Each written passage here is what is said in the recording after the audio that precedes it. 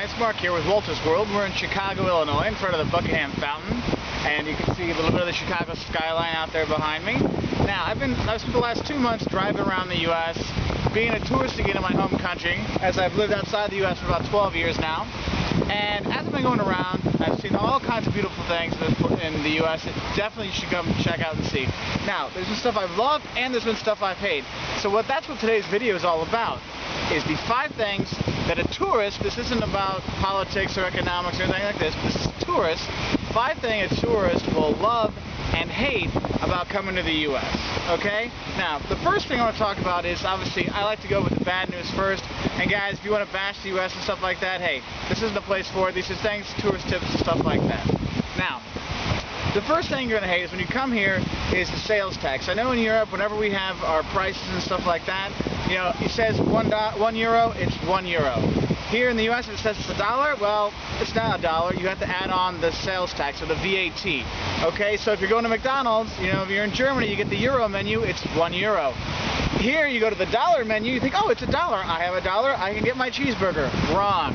Sales tax will add on anywhere from 5 to 20% onto the product that you buy. Okay, food, books, clothing, anything, okay? And that gets a little annoying when you think, hey, I have $1, it says it's $1. No, you got to add on to it, so expect that. The second thing you're going to get annoyed with and hate about here, well, not hate, but get really annoyed about is, when you go out to eat, it is cheap to eat out in the U.S. However, that final bill, not only does that sales tax onto it, but then you yourself have to put on a tip.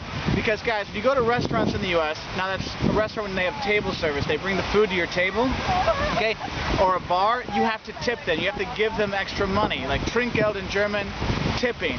Alright, I know in the UK you get about 10%, other places you just leave a few coins. Here in the U.S. you tip between 15 and 20%. 15% is the minimum that you're going to give extra added onto your bill. If you had good service, it's 20% or more. Okay, you can give a lot more, they're not going to care, they'll be very happy. But the thing is, you do have to tip at least 15% because the waiters and waitresses and bartenders, they make like $1 or $2 an hour, they live off their tips. So if you want to get this famous American service at bars and restaurants, you need to tip because you pay for it. That's why they're friendly and nice, because I know the nicer they are, the better tips they're going to get. That's how the system works. And that will get annoying because you're like, oh, hey, my dinner was only $10. No, it's 12 because you got to add on another 2 when you go there. The third thing that's going to annoy you, or you're going to hate about when you come to the U.S., is the lack of public transport. Now, in a town like Chicago or New York, there's great public transports. Good bus systems, subway lines, here it's called the L. You have suburban trains, great things like that. New York as well.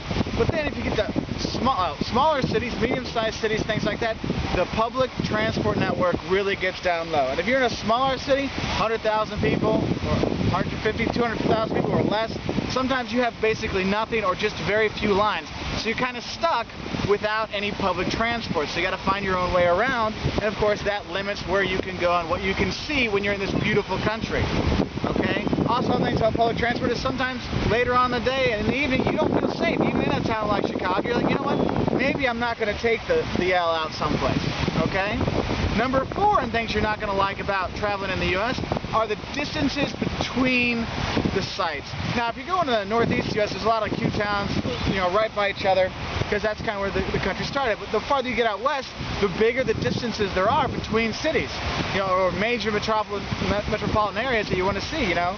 So, I mean, I always find it hilarious when I have people come to me and they say, Mark, I'm going to go to the U.S., I'm going to rent a car in New York, then drive down to Miami, and then drive over to L.A., because those are the 3 cities I want to see. And I just kind of shake my head. I'm like, guys, this isn't Europe. Okay, that's the equivalent of going from Madrid to Berlin to Milan to Madrid again, and I think back to Berlin. It's just New York, Miami to LA is 6,500 kilometers. That's a lot of driving to do, and believe me, it gets tired seeing all those cornfields after a while driving through the middle of the U.S., okay? So that distance is something that's going to get kind of on you. But you'll get to see a lot of beautiful countryside, at least you have that. But if you're going to be driving the U.S., just know with those differences, your best bet is to focus in different areas. The Northeast, or the South, or the Midwest, things like that. We have videos in all those places, so come check out our site and get some ideas. Number 5, in terms of things you're not going to like, again, you know, it goes with the distance thing, is you're going to have to drive. Okay, if you're coming here, unless you're going to stay in New York or stay just in Chicago, you're going to have to rent a car. Okay, and with that, you got the extra cost with that, you got the insurance, you got the fender benders, you have the police that are hiding behind the screens, just like in the movies, to get you when you're speeding. Okay, so you're going to have to deal with all those things, and that can get a little annoying, and it can add up in prices. So, but if you want to go see things, even here in Chicago, you still got to drive out to someplace to do it, or you can take a taxi here. But by having a car, though it sucks, it gives you a lot more stuff to worry about, but having that car gives you options to go to some of these small towns in the U.S. or off the beaten trail things, to do Route 66, things like that, that a lot of people don't get a chance to do. So it pays off to actually have your car, but it does kind of suck. So these are the 5 things you're going to hate about when you, as a tourist, when you come to the U.S. 1, sales tax or VAT, because every price that's on the thing isn't the final price. It always adds on more.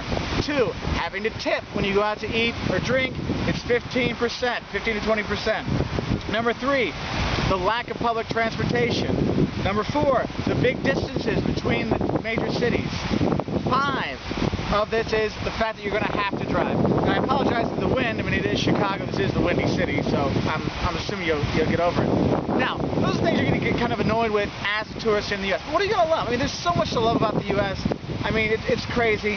The people here are great. The food is great to eat. I mean, you get really fat when you're here, but you'll love getting fat here, believe me. We're making more videos on that later when we come back to the U.S. next year. Now, first thing you're going to love about the U.S. is, guys, it's cheap. Even though, I mean, the dollar is weak right now, but just in general, going out to eat, hotels, things like that in the U.S. are very affordable, very cheap. Shopping is very cheap here. And that's one thing you're going to love about coming here is shopping. Sometimes shopping and being cheap for hotels and eating, it's all together what you're going to love here. And especially in terms of shopping, if you're buying electronics, things like that, you know, your iPods are cheaper, your laptops are cheaper, your cameras are cheaper. I mean, whenever I come home, I stock up on all my electronic equipment because it's not worth it to spend 250 euros in Portugal when I can spend $150 here in the U.S. So that's the first thing you love about it. It is cheap, so you can go and buy lots of stuff and help our economy. We always need that. Number 2 of the things you're going to love about here is the diversity. And the thing is, the diversity of culture, the diversity of the people here. We have, it literally is a melting pot in the U.S. And you can come here to Chicago. I mean, today I'm here in the wine festival. They had Taste of Chicago. You know, but the thing is, they're celebrating all these different cultures that have come to the U.S. And you can see that. If you're from Lithuania, you can go to Little Vilnius here in town. Or if you're, you know, you go to Chinatown. If you're from China, you can see all the different cultures that have come to the U.S. And they've kind of assimilated into to make America a much more diverse place. But also, you still can feel like you can get some stuff from the home country. And that's really nice. That's one thing I really love about the U.S., okay, because it really is that melting pot, you know. You love going to Texas and seeing those cowboys, and you love going to San Francisco and seeing Chinatown and having a good time there. I mean, it's really cool, okay? The third thing you're going to love about the U.S., and one thing I love most about the U.S., are the people. The people here, the Americans, they are great. And I get kind of upset when I go abroad and everyone says, oh, Americans are so superficial. They're always smiling, asking how you are, but they don't care. I'm like, guys, we actually do ask, because, I mean, that's how we say hi, but we do care. And we are nice, and we are smiling because we are happy. I always find it funny. I come back from living in Europe, and it used to people kind of being depressed, not depressed, but sad and down and stuff like that. And when I go to Walmart, you know, where people don't have any money, you go in there because you can't afford anything else, and everyone's smiling, everyone's happy.